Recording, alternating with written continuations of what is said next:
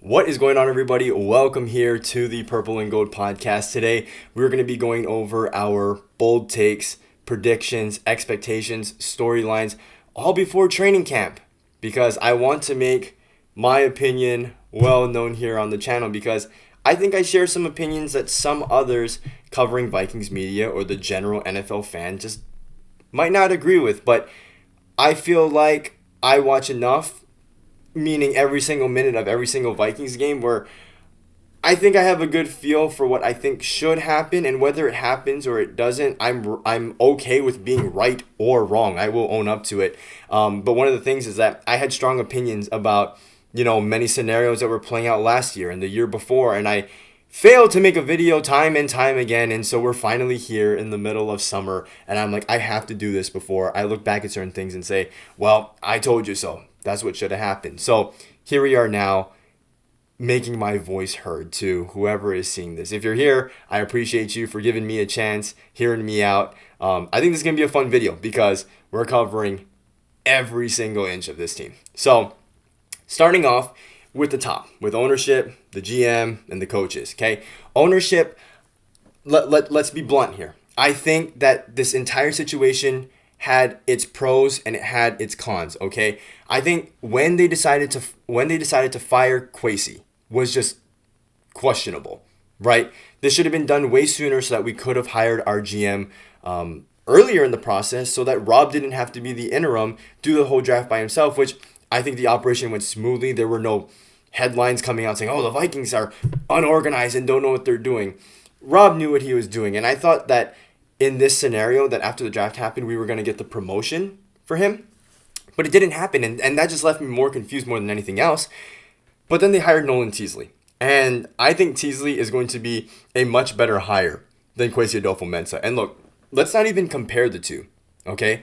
I think Teasley, as a person, as a general manager, is going to be a great hire for the Minnesota Vikings, because you're getting someone who has years of experience, has been in a building under one of the best GMs in the league, John Snyder, who constructed two Super Bowl winning teams. Could have been three, but we're talking about two drastically different rosters, right?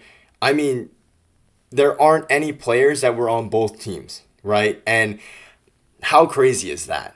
I mean, that's insane. And so I think for Teasley to have been in the building, to witness all of that happen, to see what it takes to build a championship team, I think is going to be invaluable for the Vikings, because they've never had that before, right? So again, it's fresh faces, it's new perspectives. That's exactly what the Vikings needed. And as much as I think Rob Brzezinski would have been a solid hire for this team, look, this team has been defined by many good players and great seasons, but they've never been able to reach the goal of winning a Super Bowl, which again is why I feel like this franchise has to be willing to take bigger swings and be willing to miss sometimes too, for the greater good of winning a Super Bowl and not just being content with being good. We want to be the best. We want to be the team at the end of the season hoisting the Lombardi trophy. And so I'm tired of this conservative route, and I'm so glad that they went with Nolan Teasley, because again, like I said, he is a smart guy who's bringing a new perspective, who comes from a championship winning organization. And I think that the one thing that the Vikings were lacking under Kwesi was bringing in young talent via the draft.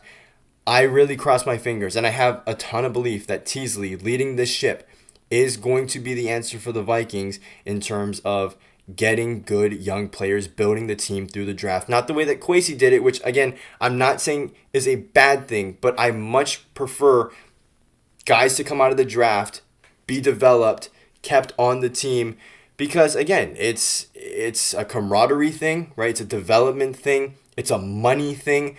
There's a lot of benefits if you draft really well, and recently the Vikings haven't been able to do that, which is why I don't think that they were able to get over the hump the few times that they were in legit contention of winning something significant. We're referring to 2022, 2024. Those are both 13-plus win seasons. But again, had they drafted a little bit better, who knows what the outcomes of those seasons are. And I think Nolan Teasley could be that guy who is just that little oomph that gets the Vikings over the top. Now, the coaching staff, no worries, and you shouldn't have any worries. I understand that Kevin O'Connell doesn't have a playoff win up until this point, but the quarterback luck has been terrible when we talk about injuries, right? The 2 years that the Vikings didn't make the playoffs under his 4 years now as head coach have been when there have been significant quarterback injuries. Which is why it was a big deal with how Kwesi, decided to construct that quarterback room, because we've seen this exact scenario play out before, and it played out again in 2025 and bit the Vikings in the ass, right? And so that's why he's gone and Teasley is in. But anyway, enough of Kwesi. We shouldn't say his name again in this video. Kevin O'Connell's a good coach, okay? It's hard to come by guys who are as gifted as O'Connell is when it comes to leading a team, constructing a good offense, and having a good feel for the game. And the same goes for Brian Flores, which he really should be a head coach in the league, and there are, a plethora of reasons why he isn't, but that's an advantage for the Vikings, right? So you essentially have two head coaches on this team who have a really good feel for what they're doing and can make a lot of good things happen with not a lot of talent. We've seen that already. And so that's why I'm saying this combination of Teasley, who I really cross my fingers will start to bring in that talent at a much higher rate, and then you pair that with this coaching staff, there's a lot of reasons to be optimistic if you're a Vikings fan right now. And that's coming from a guy who is ultra realistic when the season comes, because I was a guy last year who didn't believe that the Vikings were going to make the playoffs, and they didn't, and I'm not going to boast about it and say, oh my God, look at me, I was right, I knew the team wasn't going to look, it's just the circumstances were not in the favor of the Vikings, and it played out the way that I thought it would. I thought this team would be able to scrape out wins here and there. How? I don't know, but again, it's a testament to the coaching staff. But just looking at some of the other rosters around the league, it just wasn't up to par. And so we'll get into a season prediction as well at the end of this thing. But again, we're watching every single second of Minnesota Vikings football. We're watching the rest of the league so that when these new guys come in, you already have a good feel of what they're going to bring to the table. So I'm stoked for this video. Okay, we're already 7 minutes in, and we've just talked about the leadership, that makes this team what it is. It kind of gives its identity, and now it's the players that go out there and make the magic happen, right? It's the blueprint up top, and then these are all of the workers who make the magic happen. So let's talk about that. And the most glaring storyline, and maybe not just in the Minnesota Vikings organization, but in football right now, is who is going to win this quarterback battle between Kyler Murray and J.J. McCarthy. Okay? Now, let's not dilly-dally about this because you guys have heard all the storylines and all this other stuff. I'm with the majority. I do think that Kyler Murray is going to win this position battle, right? And here's the thing, right? It's a time thing. Kevin O'Connell has not won a playoff game in his first 4 years here as a coach. And as good as his resume is, and as much success as this team has seen in the regular season, it all comes to what you do in January. And so I understand that the time and the time is ticking, and the seat might be feeling a little hot. Now, I don't know if either of those statements are true. Does Kevin O'Connell have more time? Is the seat really hot? Again, the Wilfs know that, and maybe no one else does. But I think that there is an urgency to win and to start accomplishing things that are more significant than regular season success, which is why Kyler Murray is here. And I think another reason is he's a talented guy, former number one pick in the 2019 draft, and is also great competition for J.J. McCarthy, which he didn't have last year, because when you look at that quarterback room entering training camp, it was Sam Howell, Max Brosmer. I mean, come on. We knew that those guys weren't going to compete for the QB1 job. And so this is really someone who I think could potentially bring the best out of JJ, which is, again, another reason why McCarthy is here, besides the fact that he is a quarterback who has experienced success in this league. Now, when it comes down to it, okay, what I believe is going to happen differs from what I think should happen. I am a firm believer that J.J. McCarthy should be the starting quarterback for the Minnesota Vikings. Now, again, it is the luxury of time. We can sit here as fans, right, and make any claims that we want. But it's different when you're in the building. It's different when you have the title of head coach, when you have the title of general manager. That time is not promised to any of these guys, really, right? All it takes is one bad season for organizations to clean a house. And that's why there's always an urgency to win, and there isn't as much clarity to do what many of us would consider the right thing for, say, because they don't have the luxury of time. So I am very, I'm acknowledging the fact that that is the reality of the NFL. Your time in the league can be cut off at any given moment. But when it's all said and done, I do think that the Vikings should make JJ McCarthy the starter. Okay? Now here's my case for JJ. I understand what he was coming out of college. Everyone else should too. Now, there are people out there who believe that he is a handoff merchant, okay? And look, let me make this very clear, because I'm just about the same age as JJ McCarthy. The amount of criticism that this dude has received is insane.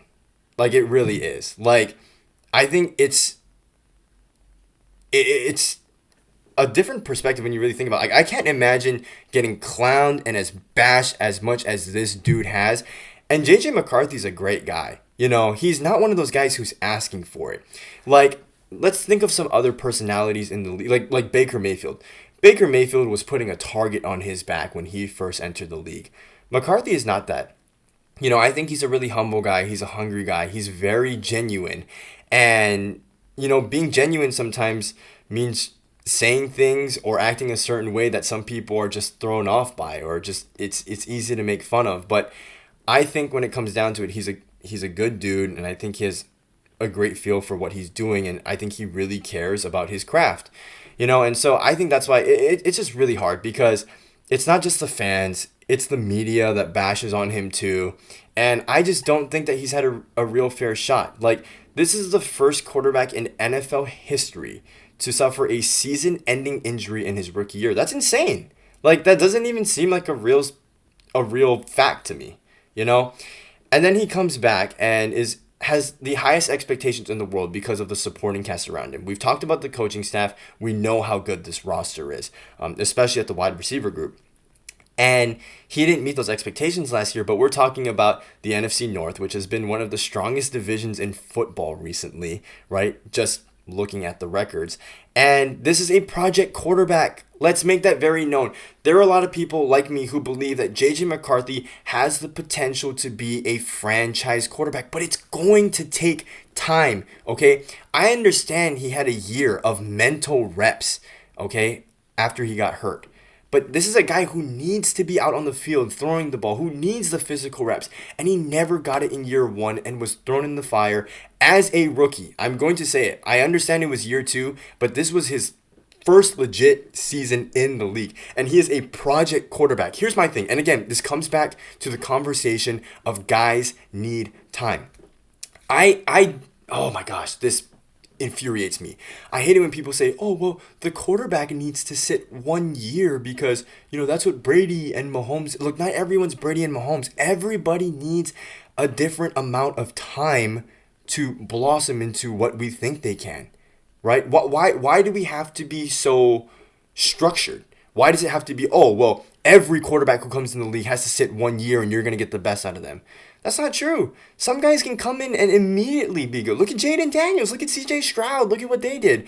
And then look at guys like Jordan Love, who sat multiple years. Look at guys like Geno Smith, who it took him till year, 11 to finally become like a legit respected quarterback in the league? Look, it's just like anything else in life. People are people. They're all their own individuals. And some people blossom faster than others. Others need much more time. But look, whether it takes, the first year or it takes 5 years, if either of those guys experience success, success is success, and that's all we're looking for. We're looking for guys to reach their potential. And just because it takes more than a year for a guy to become what you really believe he can, that's enough for you to say that it's time to cut ties with this guy, it's time to give up on him. That's absurd to me. And I say this because I believed in JJ, and I believed in the way that Kevin O'Connell was going to manage it. But of course, there is a conversation beyond that with other people inside the building on how those decisions are made. I think JJ McCarthy needed to sit for an extended period of time. And I'm talking 2 to 3 years, maybe even 4 years, because there were a lot of flashes at Michigan, but he just didn't have the reps there. Again, it's a fact. They call him a handoff merchant because they ran the ball a lot. That was the identity. That's the hardball offense. And you had Blake Corum and Donovan Edwards in the backfield. So why would you not hand off the ball? But there were so many times where he delivered in the clutch. The arm strength is very evident. He's got great mobility, and that's, the reason why I feel like he could do this. And we saw him operate in a pro-style offense efficiently at Michigan. But again, it was going to take time, and the fact that we threw him in week 1 last year, it bothered the heck out of me, because as excited as I was for it, and I'm not going to deny that, I knew that it wasn't going to be pretty. It was going to take time. And some people believe that you just throw him in the fire and, that's it. But I felt like, for the sake of his confidence and the pressure that he would be put on in this situation, it just didn't make sense to put him in at quarterback. So, again, I'm going to go back to one of my takes from last year. I was a huge advocate for Aaron Rodgers. Why?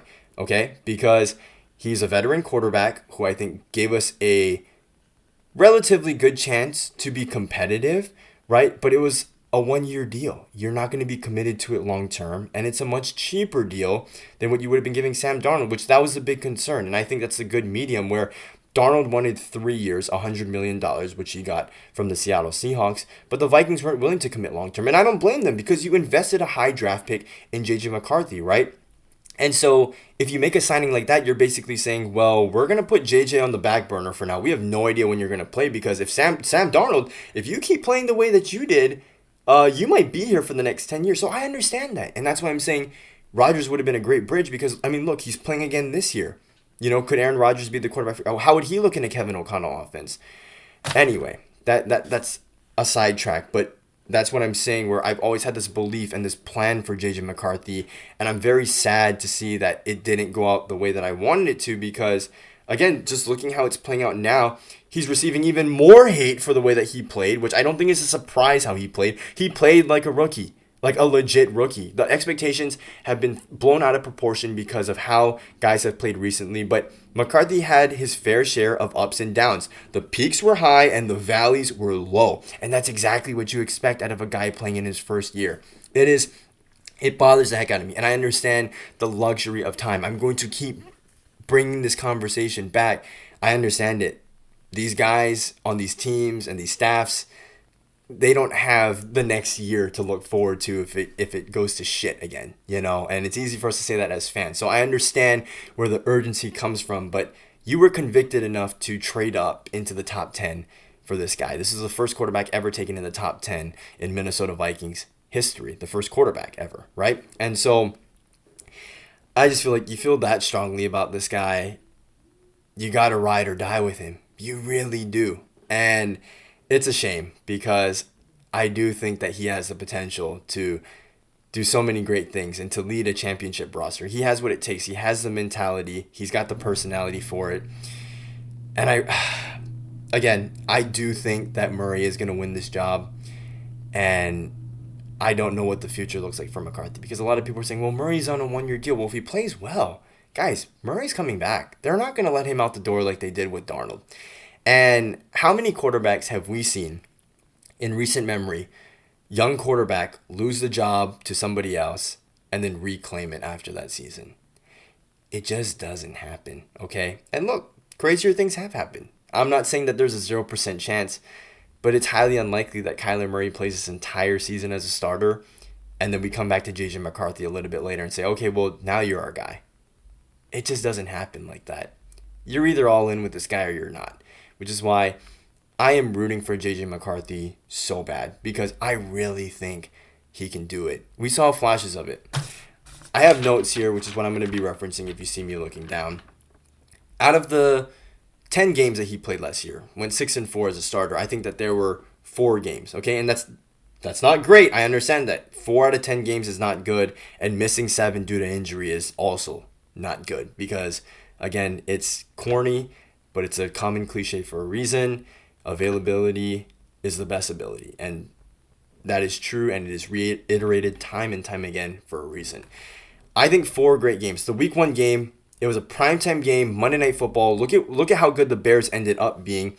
For him to orchestrate that comeback after how abysmal those first 3 quarters were, I thought was a sign of resiliency, a sign of great leadership and potential in J.J. McCarthy. Detroit, when he came back from that extended time off due to his ankle injury, when they won at Detroit, that was seriously impressive. Like, I was like, oh my gosh, J.J. McCarthy, he might have it, you know? And then the Washington and Dallas, which I know you guys are going to say, oh, Washington was so banged up last year. They had a down year. Their defense was bad. Dallas had a very bad defense. I understand. But if you're good, you're supposed to pick apart defenses like that. And he did it, you know? I mean, he could have very well went out there and looked flat in those games. And we would have been criticizing him.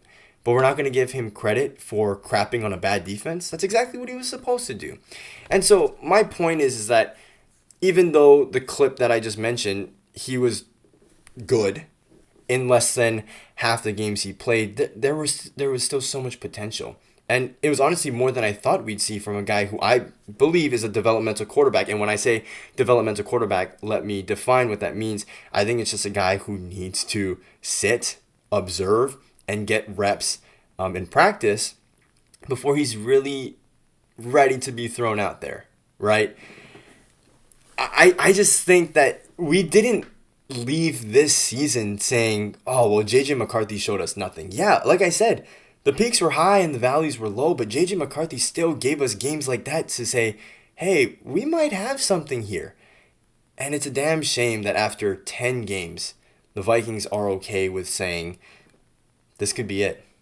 Like, it really is. Again, this is the reason why this franchise has always been good, but not good enough, right? Is because we're just not willing to take the big swings, you know? I mean, so many Hall of Famers, but time and again, there's always something. And I wish this team would just swing big. You know, I understand this is a football channel, but you know, a guy that I think of is like Cody Bellinger. Cody Bellinger for the Dodgers used to be, I'm swinging this bat and it's either going to be a home run or I'm going to strike out swinging. And that's exactly what I want to see from the Vikings. We need big swings. We need home runs right now. You know what I'm saying? It's just so weird to me that this team, because again, here's the thing with Kyler Murray. Kyler Murray, I mean, think about the guys that he's had to play with. And think about what he's accomplished up until this point in his career. You know what you're getting in Kyler Murray, and you're going to sacrifice 2026 for the betterment of this team's future. Let's make it plain and simple right here. The Vikings are not winning a Super Bowl with Kyler Murray. Kyler Murray isn't winning a Super Bowl anywhere, okay? He's a good quarterback, but he's not good enough for a Super Bowl. Kyler Murray is exactly what the Vikings franchise is. Good, but not good enough. And I hate to be a downer about this whole situation, and I hate to be so hypercritical about it, but it's the truth. And it's the reason why this team is where they're at here in 2026, 60 plus years from the creation of this franchise, still without a Super Bowl ring, right? We know this already. If you're being so honest with yourself, we know what Kyler Murray brings to the table. And you're not winning a Super Bowl. You're just not.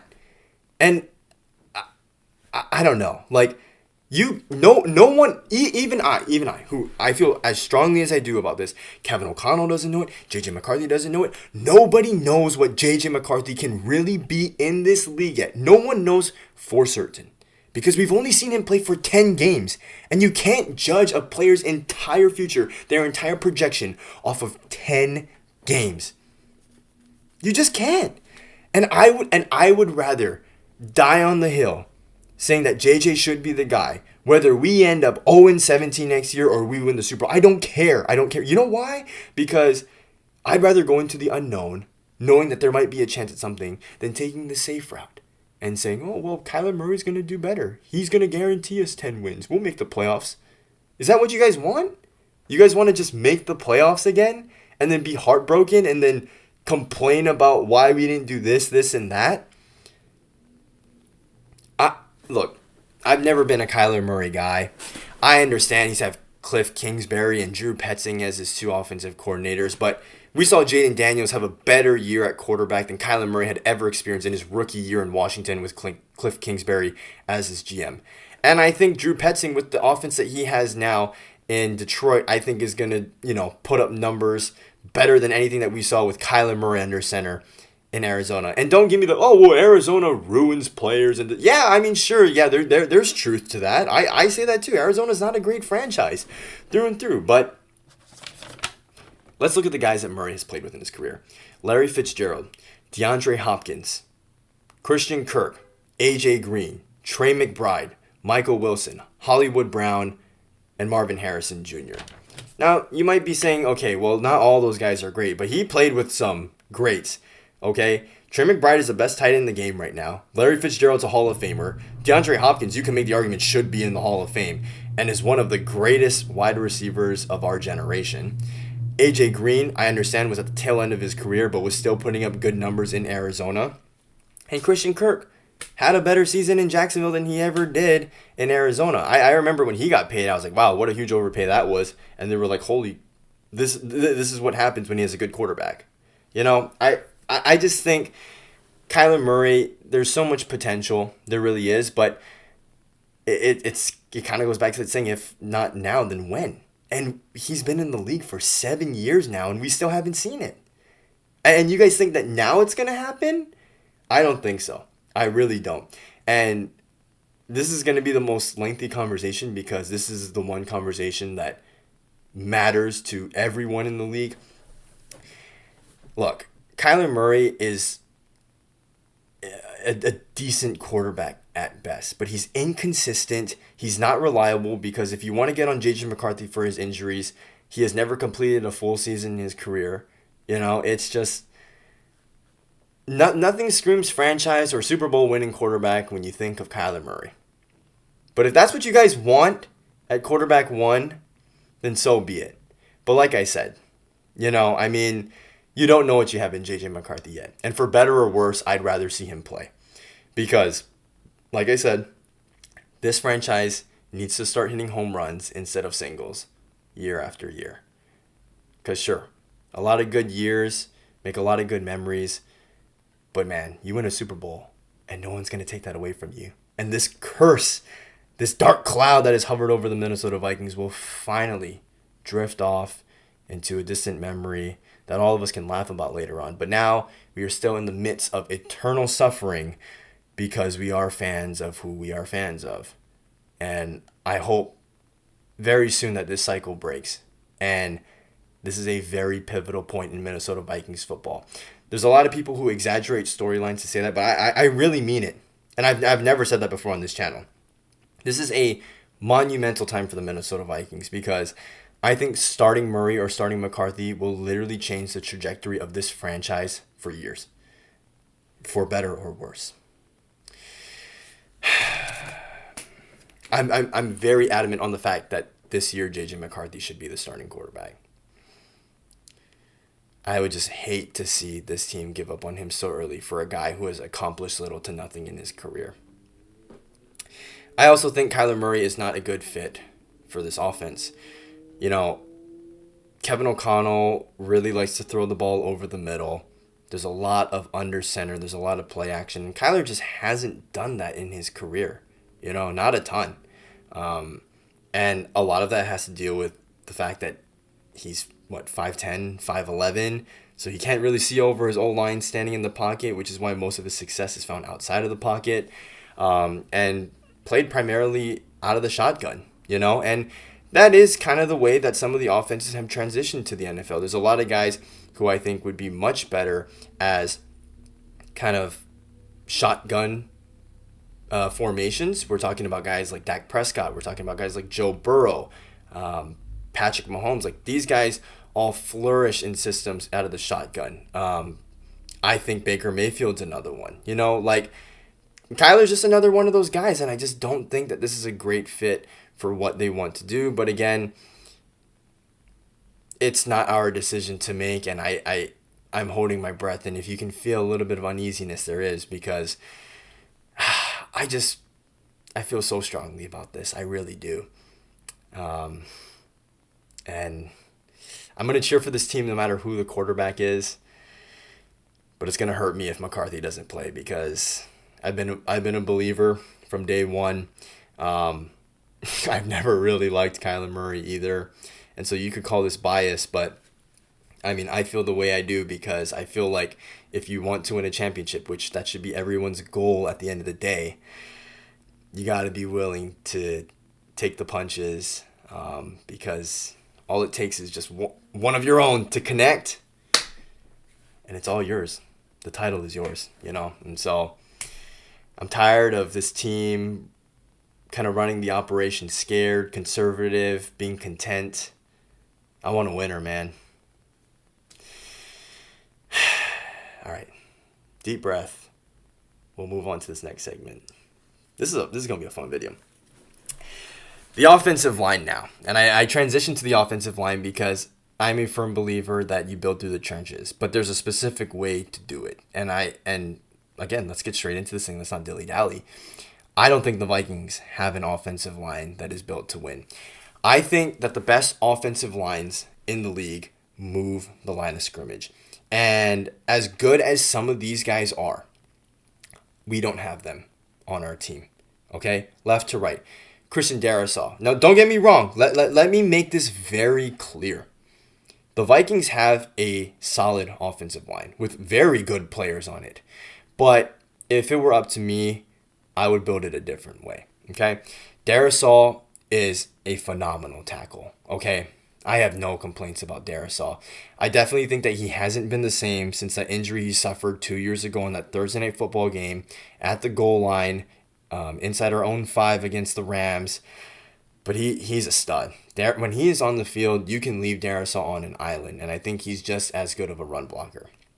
Donovan Jackson showed a lot of promise as a rookie. Only gave up 2 sacks, but I think that there's a lot to like, and I just love the versatility of him coming out of college, him playing as a guard, sliding out to tackle in their national championship run, and he showed that he's a real talented guy. I was a little skeptical about that pick at the beginning, but he proved to be a very valuable asset to this team, and I'm excited to see what he does down the line. Brendel, yeah, that's trouble. We'll get to the center position in a little bit. Will Fries, look, he's an average guard. They got paid a ton of money because he hit free agency, and average guards like that, they're not easy to find. Like, there's a reason why there's a ton of offensive linemen that get picked every year, and we paid him because he's good enough. And Brian O'Neill. Brian O'Neill is a good tackle. So you might be saying, like, hey, you're contradicting yourself a little bit because you're saying a lot of these guys are good, but again, there's levels to this, right? I think I'm not saying that you need maulers, but you need guys who can move the line of scrimmage. And these guys are so extremely athletic, but they don't move the line of scrimmage. I think that's the reason why this run game has struggled. And again, we'll get to the running backs in a little bit. And again, injuries last year didn't help the situation either. But it's about moving the line of scrimmage. I'm going to say that time and time again. If you can't move the line of scrimmage, if you can't establish a run game, I think it holds you back in more ways than one. Because it's all about keeping this like integrity, I guess, where it's like you have to keep the opposite side, the defense, honest, and you have to make them be on their toes at all times because they have to be ready for anything and everything. And it starts with the guys up front. So it's unfortunate because like I said, we have a lot of good players on this offensive line, but I just don't think that they're the guys you need to really make this thing go. You know what I'm saying? When we think about maulers, and again, not every team is fortunate to have these guys, but look at guys like Creed Humphrey. I really like Tyler Linderbaum at center. The Eagles have done a great job. Lane Johnson, Jordan Mailata, Penei Sewell. These are all guys where you see them run the ball, and that line is moving forward. Our line doesn't move forward. They hold the line of scrimmage. They don't push forward. That's the type of guys you need on the line, And if I was in this situation, would I move on from a guy like Darrisaw or O'Neill? No, absolutely not. You'd be foolish to. It's hard to find guys that are as good as these guys. But again, there's levels to this. And if it were up to me, this would be one of the highest priorities on the entire team because these guys make it happen. They can dictate a game. The offensive line and the defensive lines can. This isn't a hidden secret, but yet time and again, teams fail to invest in these positions. And I just don't think we're doing that great of a job either. And I think Blake Brendel playing at center is a great example of that. Like this should not be happening. I mean, we drafted him as a tackle, then we slid him into guard, and then now Ryan Kelly didn't pan out the way we thought he would. So now we're just going to move Brendel into center because we have nobody else. What a joke, honestly. So again, it takes time to bring in the right personnel, and it's hard to move on from guys who are proven commodities in this league. But there just needs to be more physicality with this group up front. And I know that's been a point of emphasis and something that's been talked about and made public to Vikings media that, hey, that there is a different attitude to this room. But guys, it's not going to happen. We've seen so many of these guys play on these teams for so many years. It's just not going to happen. Like, let's just be totally honest with ourselves. I know that there are some of you guys who are like, damn, like, why are we being so pessimistic? I'm just being realistic here, okay? I want to be as optimistic as the person to my left and to the person on my right.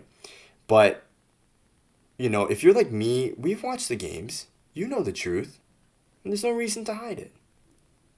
So that's just where I stand on the offensive line.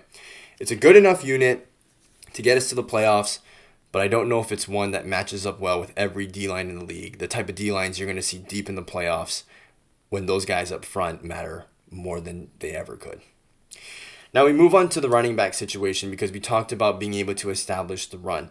I'm not going to lie. I'm very disappointed with the lack of investment in this group because I thought that they would at least draft a running back higher in the draft, right? I understand they got Damon Claiborne, who is an athletic freak out of Wake Forest. This dude is as fast as anybody in this year's draft class in any position. But you got an aging Aaron Jones, right, who you cut and brought back on a smaller deal. I like what Jordan Mason brings to the table, but I don't think he's like the guy. And Claiborne, look, as exciting as his athleticism is, he shouldn't be seeing the field, okay? And it's the whole thing like how we saw with Travion Henderson last year in New England. He wasn't on the field because he couldn't pass block. And if you guys don't think that's a serious thing, it is. Look at what we did to Jahmyr Gibbs, right? We absolutely bottled his ass up. You know why? Because we exploited the biggest weakness in his game. He can't pass block. That's the whole reason why Montgomery has been in Detroit for as long as he has been, is because he has to take that weight off of his shoulders. It's so fun to see these guys with the ball in their hands, the explosiveness of Gibbs and the power of Montgomery. But Montgomery is there for a bigger reason than his power and his ability to get it into the end zone. It's because this is not pass blocking is not a part of Gibbs' game, and it's just not a part of Claiborne's game as a late round pick coming into his rookie year. So he really shouldn't see any playing time unless one of these guys in front gets hurt. Now, here's the thing. I think people have been a little critical of Aaron Jones. We know what you're getting out of him, right? This is a 31, 32-year-old back, right, who's at the tail end of his career. I still think what he brings, right, for the expectation of a running back at that age is good enough. But again, that's why I'm just like, I wish we had invested a higher draft pick because there were a lot of good running backs kind of in that middle round, like day 2 of the draft, where it's like you'd feel more comfortable taking someone up there because it was Jeremiah Love, and then after that there was a huge drop-off, right? And so I wish that they had taken somebody there. I'm not going to throw any specific names out there because you could plug in a lot of those names, honestly. But I think with what we have right now, right? We'll talk about what we have in the room right now. Is that I think Jordan Mason should take 65% of the carries. You give Aaron Jones 35% of the carries, and then Damon Claiborne the other 5%. Because heck, you could give this guy a little crack toss to the right, maybe a stretch play to the outside, run some more of that zone stuff with him. Heck, he could take one to the house. He really could because he's just that athletic. But Mason, this has got to be the transition period where he gets majority of the carries, but not so much where it's like he is the workhorse back, because he's not that guy. He really isn't. Okay, there's a lot of people who are saying, "Oh, you don't bring back Aaron Jones. Jordan Mason should be the guy. Look at what he did when he got the ball compared to when Aaron Jones got the ball." These guys need each other. They really do. There is no guy who I think is far superior than the other. Is Mason the better back at this point? Absolutely. But if you think he's going to come in and just change the run game because he's getting more carries, it's not going to happen, guys. Look at what happened with Dalvin Cook and Alexander Mattison. Did you guys not learn from that? And then they gave Mattison the starting role after Dalvin Cook had a down year, and Mattison didn't play as well because he just doesn't fit that role. And I don't think Mason, with his play style, is durable enough for a 17-game season and then expecting him to play into January on top of that. So I think they need to keep kind of distributing these carries, but again, favor it towards Mason. And I don't like the way that the Vikings manage the running backs throughout a game. I don't know how much you guys are paying attention to it, but I'm sure a lot of you guys notice it just like me, where Aaron Jones will be in the first 2 drives, and then Jordan Mason will be in for the next 2 drives, and then then it just goes on and on. You need to just keep the hot hand in the game, okay? Don't, again, this whole thing with structure. Football is a game that requires a lot of structure, a lot of organization, a lot of deep and critical thinking. But things like this, you got to just go with the flow. There's no blueprint. There's no right or wrong with this. It's just, you got to have a feel for the game. You got to understand who's hot at the time, who's really feeling it today. And I just don't think that the Vikings do a great job of that, where it's like, why do we have to have one guy in for the entire drive? Why can't Mason take the first 3 carries and then, oh, he looks a little gassed, let's get Aaron Jones in the game? We got to start doing that. None of this scripted, you're in for the first 2 drives, you're getting the next 2 drives. It just makes no sense to me.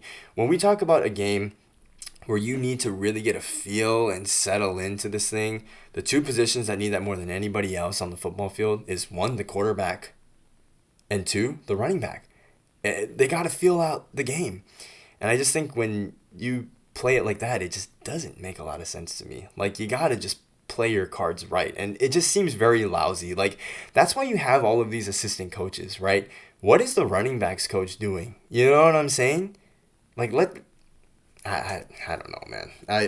I just think it could, it's the small details like that I think could take this team over the top, and I don't understand it. And another example of this that I've seen around the league is what the Houston Texans do with their defensive ends. So if you watch any Texans games, there's going to be times where Danielle Hunter and Will Anderson are both on the field, which, again, if you could have them on for every single snap, you absolutely would.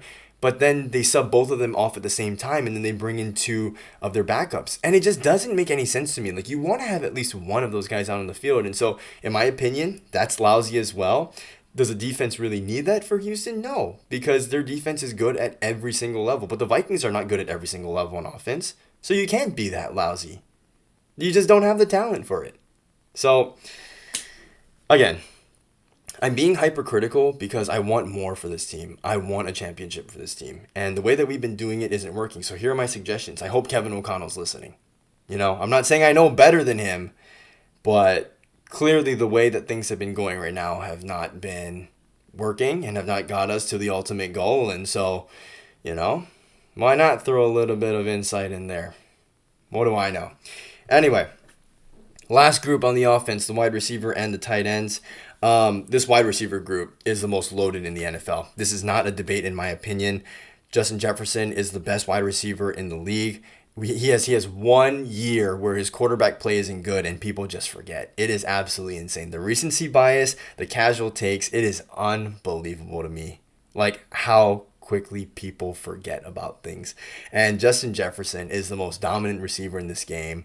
And if you guys watch how the defense is playing against him, and he's explained it, O'Connell has explained it, it is insane. I don't even know how he gets the ball. There are so many guys in the league where if they face that coverage, you just give up. It's a lost cause. And Jefferson continues to find ways to get open time and again.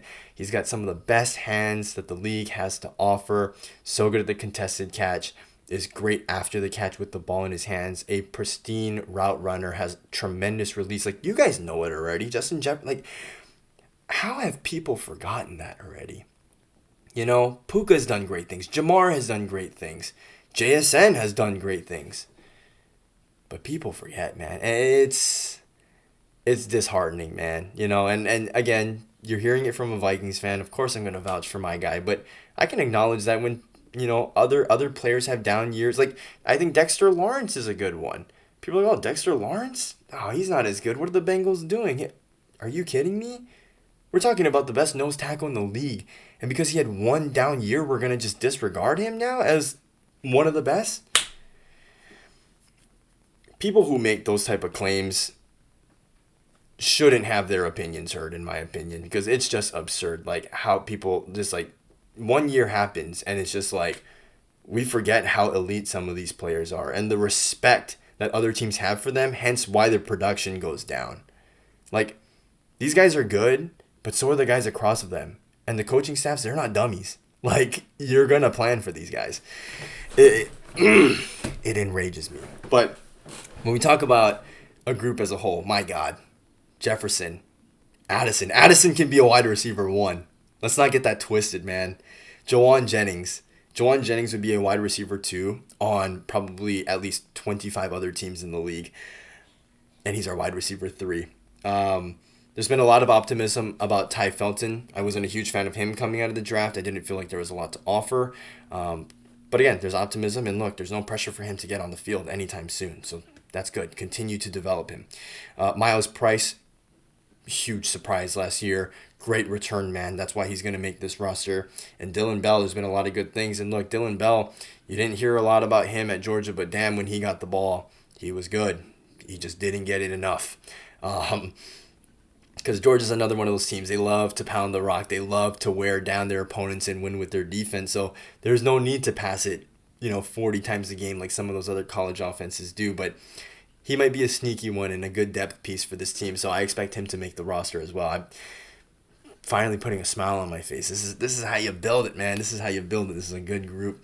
And then when it comes to the tight ends, Hawkinson, Oliver, and then you have that battle between Ben Urasek and Gavin Bartholomew. I think Urasek ends up getting that tight end 3 spot, but really we're here to talk about TJ Hawkinson. Look, I think TJ Hawkinson is kind of near the end of his prime years in his career. And it might be over already, but I do think that out of all the guys on this team, despite Kyler Murray going to Trey McBride quite a bit, and I think a lot of that was because the offense was catered towards Trey McBride last season and the year before in Arizona, I do think with how much talent is on this team and kind of the trajectory that Hawkinson has been on recently, I do think that he is going to be on the short end of the stick in this offense. And so I see him getting maybe 600 yards, 4 touchdowns, 5 touchdowns, which that's not even bad. That's really not. But guys, that injury really messed him up, and I just don't think he's going to be the same Hawkinson that we got when we initially traded for him. So, look, my overall evaluation of this offense is that whether Murray or McCarthy is starting, this is a good enough team right now, where with the defense, which we're going to talk about now, this team can win quite a few games, regardless of who's under center. I mean, look, this team won 9 games last year with J.J. McCarthy, Carson Wentz, Max Brosmer. You know what I'm saying? Like, this team, they'll be all right. So it's a little bit of foreshadowing about what my prediction will be at the end of this video. And again, like I said, I know I've been critical, but I think rightfully so. It's been the same problems for the longest time. We're uncommitted to any of these quarterbacks and, for one reason or another, or something happens like an injury, right? The O-line, they haven't gotten it right for a long time now. I mean, a long time. So there's nothing different there. This interior O-line really makes me nervous.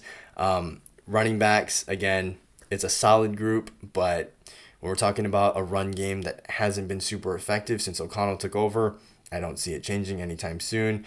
And this wide receiver group is amongst the best, if not the best in the league. And the tight ends, again, get them involved when you can, but they shouldn't be a priority. All right, moving on to the defense now. The interior, guys, I hate to be so critical. I really do, because do I really need to explain? I love this team. Like, I really do. And I think that's why I'm so critical.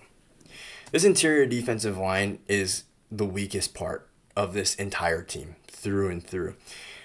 I don't want to bash anybody before they've started, but Caleb Banks, that pick, it makes me really nervous. I watched a handful of guys before the draft started, and Caleb Banks was just one of those guys where I honestly didn't feel super confident about just because of the injury history, and I just think that there's a lot of flashes, but they come in bursts, And so, will he stay healthy? Like, we've seen this before. I think one of the more recent draft picks of the Vikings was Andrew Booth, where he had a lingering hip injury, and it held him back for his entire career, whether it was with the Vikings or the Cowboys. It just didn't look good. Like, it's not the same guy that you saw on film, because that's a big thing, and it's a foot injury for a 330-pounder in Caleb Banks. Look, I understand what the potential looks like, but even look at the track record of the guys coming out of Florida. It's just not good. And it's reflected in the way that the Florida team plays as well. If you guys keep up with college football, they have some of the most massive and athletic human beings that you have ever seen, but it's all potential. These are all guys that have the talent but can't put it together. And I'll put a list together for you guys off the top of the dome right now. Anthony Richardson. I mean, the arm, the build, the athleticism off the charts. Full potential guy, hasn't panned out up until this point. Kadarius Toney, elite route runner, elite speed, elite change of direction. Did not pan out in the league. Kyer Elam, another first-round pick, cornerback. Excelled in zone coverage, struggled in man coverage, but was a really fluid player, and I think had really good instincts when he had the ability to just keep his eyes on the quarterback in front of him. Has not panned out in the league for the Buffalo Bills. Osiris Torrance, I think he's probably one of the better players at guard for the Buffalo Bills. But again, he's an average guard at best, and I don't even think he's been their best interior offensive lineman. I don't even know if he was their second best interior offensive lineman for this entire time, because he's a huge guy, but doesn't provide the same versatility in terms of how much you can do with him on the offensive line. My point is that there are a ton of guys from Florida that just they fit this mold, and Caleb Banks is just one of them, and it just makes me really nervous. And again, I think that that again, it's for the better that Rob is not leading this thing as the GM and got promoted, because I just am not totally on board with that pick. And if he gets injured, there's just going to be a ton of people who said, "I told you so," and he's got to step up immediately, because you could argue that he's the most talented player that they have on this defensive front right now. And then after that, Dominic Orange. Look, I'm excited about Dominic Orange, and there's a good chance that I could have both of it wrong. Caleb Banks could be the guy, because don't get me wrong, as skeptical as I am, the potential is through the roof. Like, there's no denying that this can be a really great player if it's all put together. But again, history has kind of shown that there is a chance that this probably won't work out, and the ceiling isn't as high as you think it is. But Dominic Orange is a true nose tackle.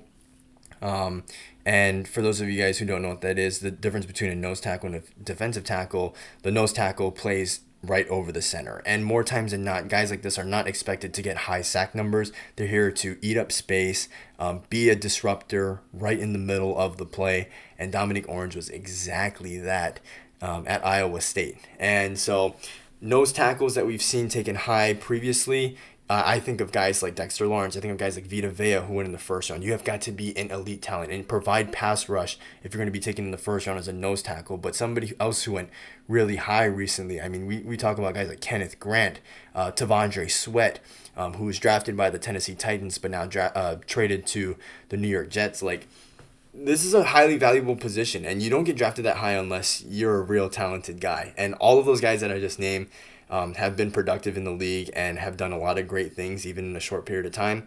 I expect nothing less from Dominic Orange. I think he's going to be a phenomenal plug-in and play player. I'm very excited to see him on the field. He's the rookie I'm most excited to see play this year. And then after that, it's Levi Drake Rodriguez, which again, 7th round pick, shown flashes, but not enough for me to say, yeah, this can be one of the three going out there. I would like to see this team bring in a veteran of some sort. Some of the names that I have listed down here: Jordan Phillips, Daquan Jones, Larry Ogunjobi. Those are all guys who have spent time with the Buffalo Bills at some point in their career. And I think that those guys are efficient run stoppers. But again, I don't think it should take away from the reps and the snaps that the guys that I just mentioned should get, because they're all young guys, and I would love to see what they can do on the field. These are guys that I think can all be playing right now. It's just not an ideal scenario, obviously. Like, if you had more talented guys above, you'd prefer it, but this isn't the worst thing, because it's not like you have a bunch of, it's not like you have Jordan Phillips, Daquan Jones, and Larry Ogunjobi starting. Like, that's like, you know what you're getting. The ceiling's not super high, but right now, this unit specifically is lacking veteran leadership and experience. And I think you sign one of those guys, I think that would be a huge help for a team that is lacking experience in that department. So the Vikings have $13 million in cap space, and I think that's where some of that money should go to. And you really shouldn't have to pay any of those guys groundbreaking amounts of money. Then we transition over to the outside linebacker spot. This is a 3-4 defense. And so your outside linebackers in this scheme are going to be pass rushers, but have the versatility to drop back into coverage, which is exactly what Dallas Turner and Andrew Van Ginkel is. Now, Van Ginkel, stud, and I think he's going to continue to do great things for this defense. But the guy that a lot of people have questions about, and in my mind, I don't have a question, is Dallas Turner. Dallas Turner is going to be a monster this season. Now, when Dallas Turner was coming out of the draft, I had him as a top 10 player. I believe I had him somewhere around 7 or 8, and I believe that he was the best pass rusher coming out of that draft. And he obviously hasn't gotten a lot of time, which I think is why it was time to move on from Jonathan Grenard and just get him out on the field and get him his reps. If you haven't watched a lot of Vikings football, Dallas Turner is going to be an absolute beast. And I think we just saw the tip of the iceberg last year, right? Where this dude has a lot left to show us.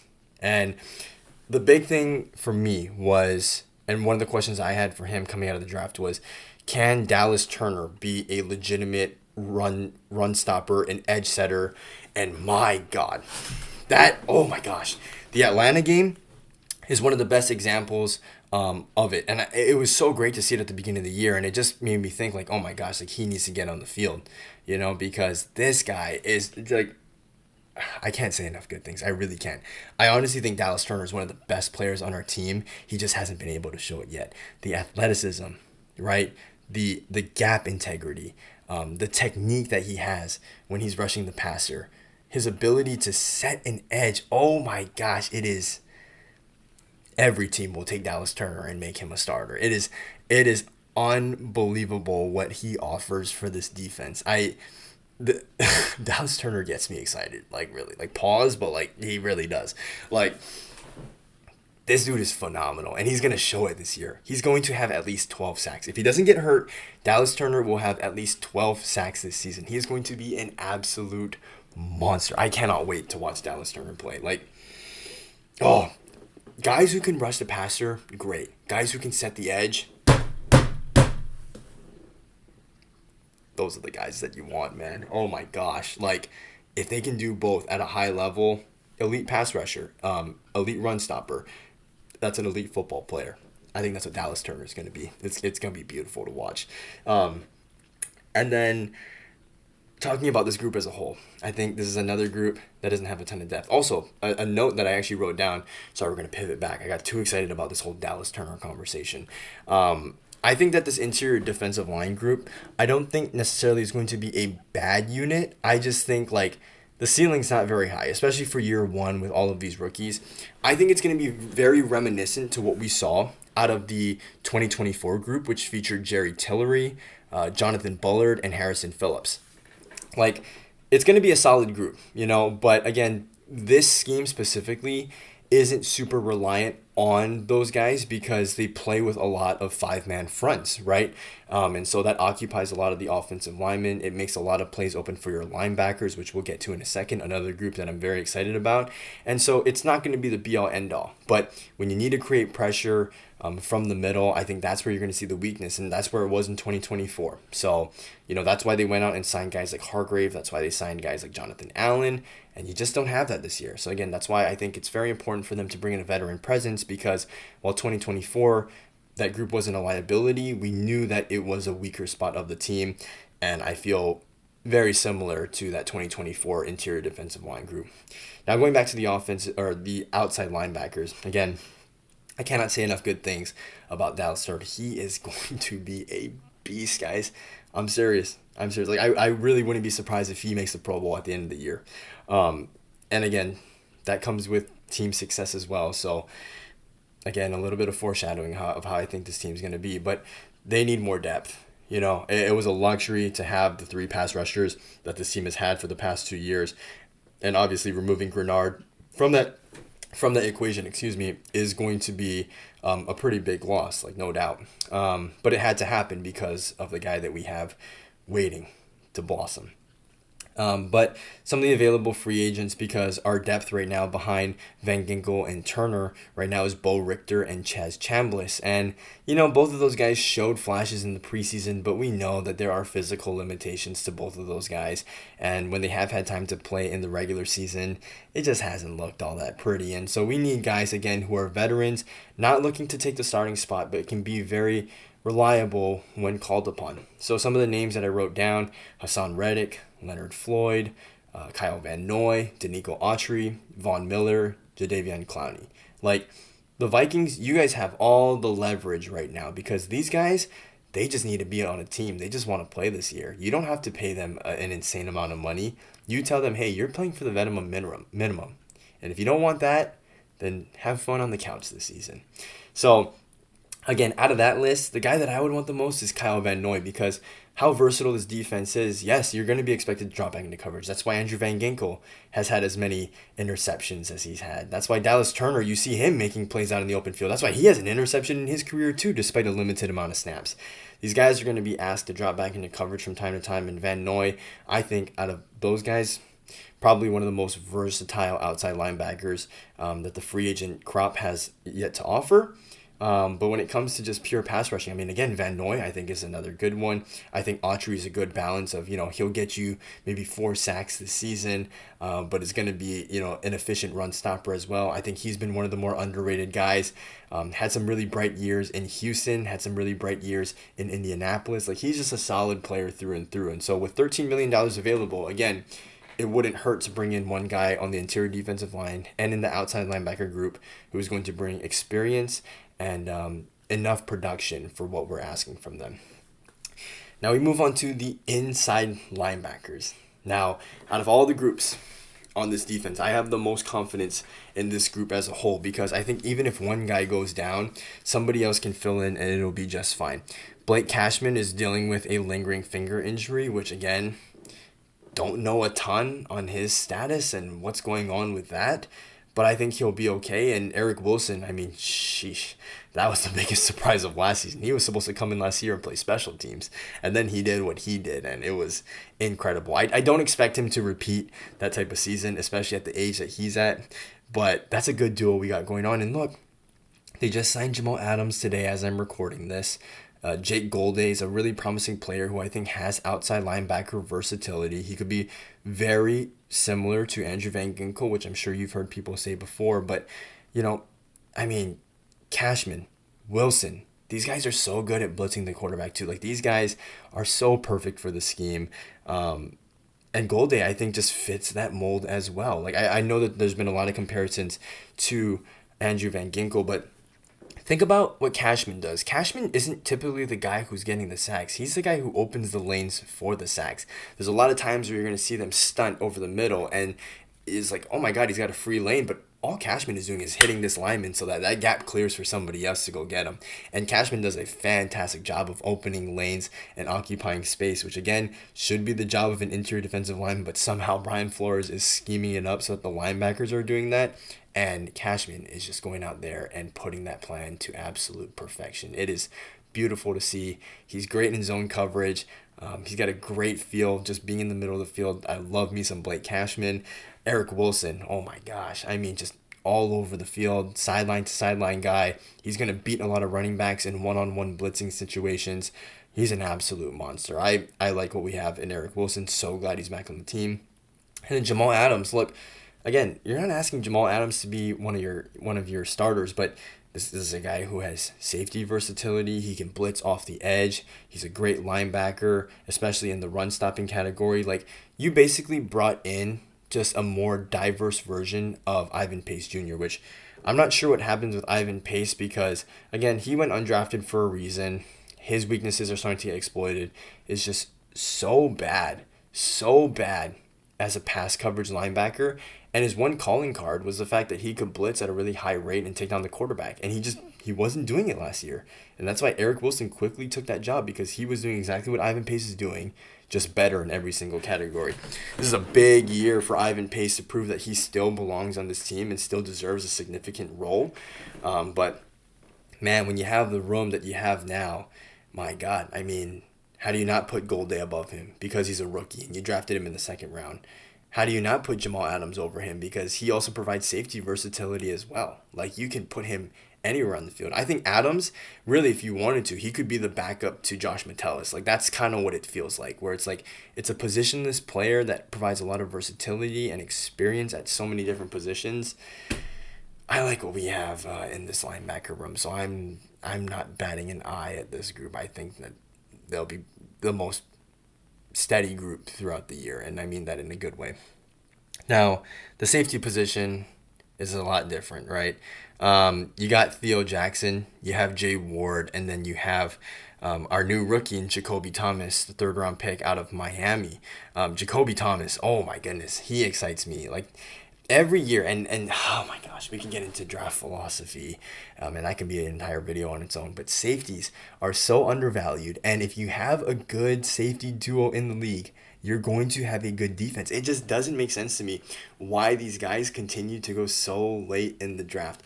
When I think of good safety duos in the league, and again, you have to give credit where credit is due, and I don't like these guys, but Kirby Joseph and Brian Branch, oh my goodness. That's the reason why their defense was not as good as we're accustomed to seeing, is because those two guys were not on the field. Those two guys are incredible. And then we head to the South, Atlanta. They have a great duo in Jesse Bates and Xavier Watts, okay? Xavier Watts, Kirby Joseph, Jesse Bates, and Brian Branch. None of those guys are first-round picks. Why? It is beyond me, okay? If I'm being totally honest with you guys, again, transparency, I didn't study Kirby Joseph when he came out out of college and into the draft. But Brian Branch, that was a guy that I felt like had first-round talent, and he's proven it. Xavier Watts, that's a guy that I had as a first-round talent. He didn't go to the third round.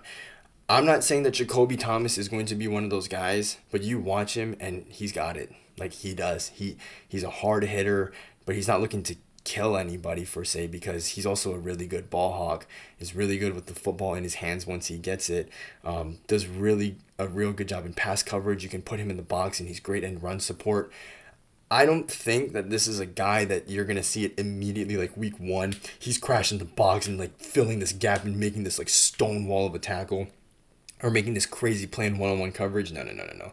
It's going to take a few weeks for him to kind of settle in and then kind of get a feel for this thing, especially with how demanding this defense is from Brian Flores. But Jacoby Thomas is going to be a Viking for a long time. He is going to be good. And I think he's got a higher ceiling than any of these guys. I wouldn't be surprised if we see all three of these guys, Jackson, Jacoby Thomas, and Jay Ward, all in the field at the same time.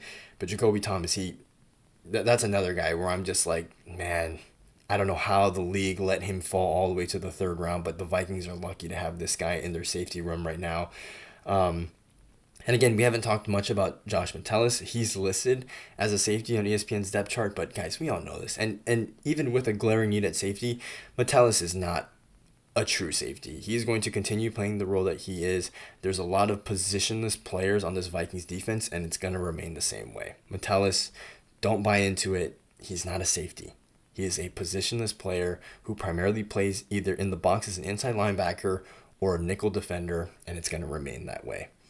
And the cornerback group, this is the best the unit has looked in a really long time. And again, they have constructed this the right way. I feel like cornerbacks, teams who invest a lot of money in them should, if they have a real good player. And when we're talking about real good players, we're talking about the Pat Surtans, the Derek Stingleys, the Christian Gonzalez's, the Devin Witherspoons of the world.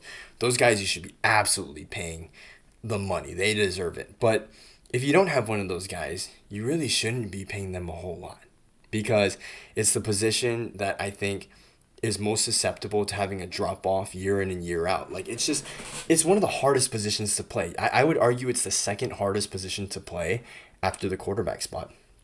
It's so hard to sustain good years and keep building on them at a position that really, in a league that doesn't work in your favor at all. But we have a solid group now. Byron Murphy is playing in the nickel where he should be, right? Because that's where he's best at. And I think Isaiah Rodgers and James Pierre, look, they both have their ceilings, but these guys are so good. And they're both going to play. And Isaiah Rodgers has already. But I'm just saying that he's going to continue to do it. And James Pierre is going to be playing much better than what the price tag indicates. So, I'm excited for this cornerback group. It's going to be a good group. And I just like the physicality that James Pierre is going to bring to this thing, to this unit. I understand he didn't get a ton of snaps while he was in Pittsburgh, but he's going to prove why he should have gotten more snaps, and he's going to prove to the Vikings that he was the right choice to make in free agency. Their lone free agent signing of the main offseason period, but I think it's going to be one heck of a signing and one of the best value signings, not just this year, but in recent memory, kind of like how we feel about Isaiah Rodgers up until this point. We know that there's physical limitations with him, but there is a ton of upside with a guy like that who is highly athletic, who can create turnovers, and is just a smart player through and through. So, again, I feel the same way I did about Isaiah Rodgers as I do about James Pierre. So, pretty excited about that group. And then going into special teams, Will the Throw, dog. We got the best kicker in the league. He's awesome, man. And I was like, man, if Will Reichard, when we drafted him a couple years ago, I was like, if Will Reichard doesn't pan out for us, this team's actually cursed. And he's coming here and he's just delivered time and time and again. And I know it's still very early on in his career, and we still want to see what he can do in the postseason, because he will be called upon in those situations. But for what it is right now, he's phenomenal, and that's what I expected out of him. A phenomenal kicker. I mean, he broke the Alabama kicking curse. It's time to do it in purple and gold now, and what a great start to the career that he's had so far. This punting situation, I don't feel good about it. Okay, we have Brett Thorson, who was the Ray Guy winner. Australian punter, 26 years old, spent 4 years at Georgia, won the national championship with them as a starting punter in 2022, and continued to be the starting punter all the way up until his final year last year in 2025. And then you have Johnny Hecker, who had the second most punts in the league last year, but his net average was, bottom half of the league. Ryan Wright was a really good punter. Like, I understand that he was inconsistent, but for what it was last season, great punter. Like, he did his thing last year, but it's a consistency thing, so I understand why they didn't bring him back, but I just feel like the options that the Vikings were left with, I mean, sure, you got the Ray Guy Award winner. It's given to the best punter in all of college football, and, Georgia is a special teams factory, right? They get the best guys year in and year out.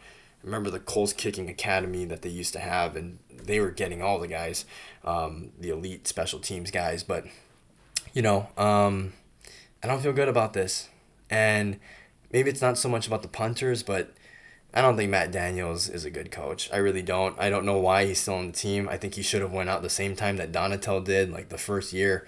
How he still has this job is beyond me. And the one play that I look at, and I think a lot of you guys remember this too, is that kick return that we gave up against Chicago at home in the middle of the season. It's just unacceptable, man. The only reason why this guy still has his job is because Ryan Wright is one heck of a punter and because Will Reichard is the best kicker in the league. And Miles Price is a great returner. He's getting bailed out by his players, but I don't think Matt Daniels is a good coordinator. So, again, if that continues to be an issue, I wouldn't be surprised. You shouldn't be surprised. It's been like this since he got here. I don't understand. And so, we've gone through the entire roster. We've gone through the quarterback battle. We've talked about the front office and everyone up at the top. My final verdict for the season, I think the Vikings, I think the floor is a double-digit win season. I think they're going to be okay with whoever's at quarterback. But I don't think that they're going to win the Super Bowl. There are too many good teams in the NFC that are they're better coached and they just have better rosters. And those teams typically end up winning. Now, injuries can happen to our team to the next team, right? And so we can't predict any of that. But on paper, as we enter this season, I think there are clear front runners, for the Super Bowl. And it would be foolish to throw the Minnesota Vikings into that conversation. But I do think that this is going to be a bounce back year for them. I do think that they are going to make the playoffs. I don't think that they're going to win the division, right? That's either going to go to the Bears or the Lions. But I think that there is a real opportunity for this team to be a wild card team because the defense is pretty good, and with who's starting.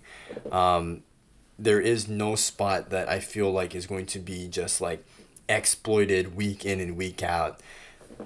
It's just not going to happen. And I think whether we rock with Murray or McCarthy, I think that we're going to have a productive offense. So I'm expecting this team to get somewhere between 10 and 11 wins. I think one of those two numbers.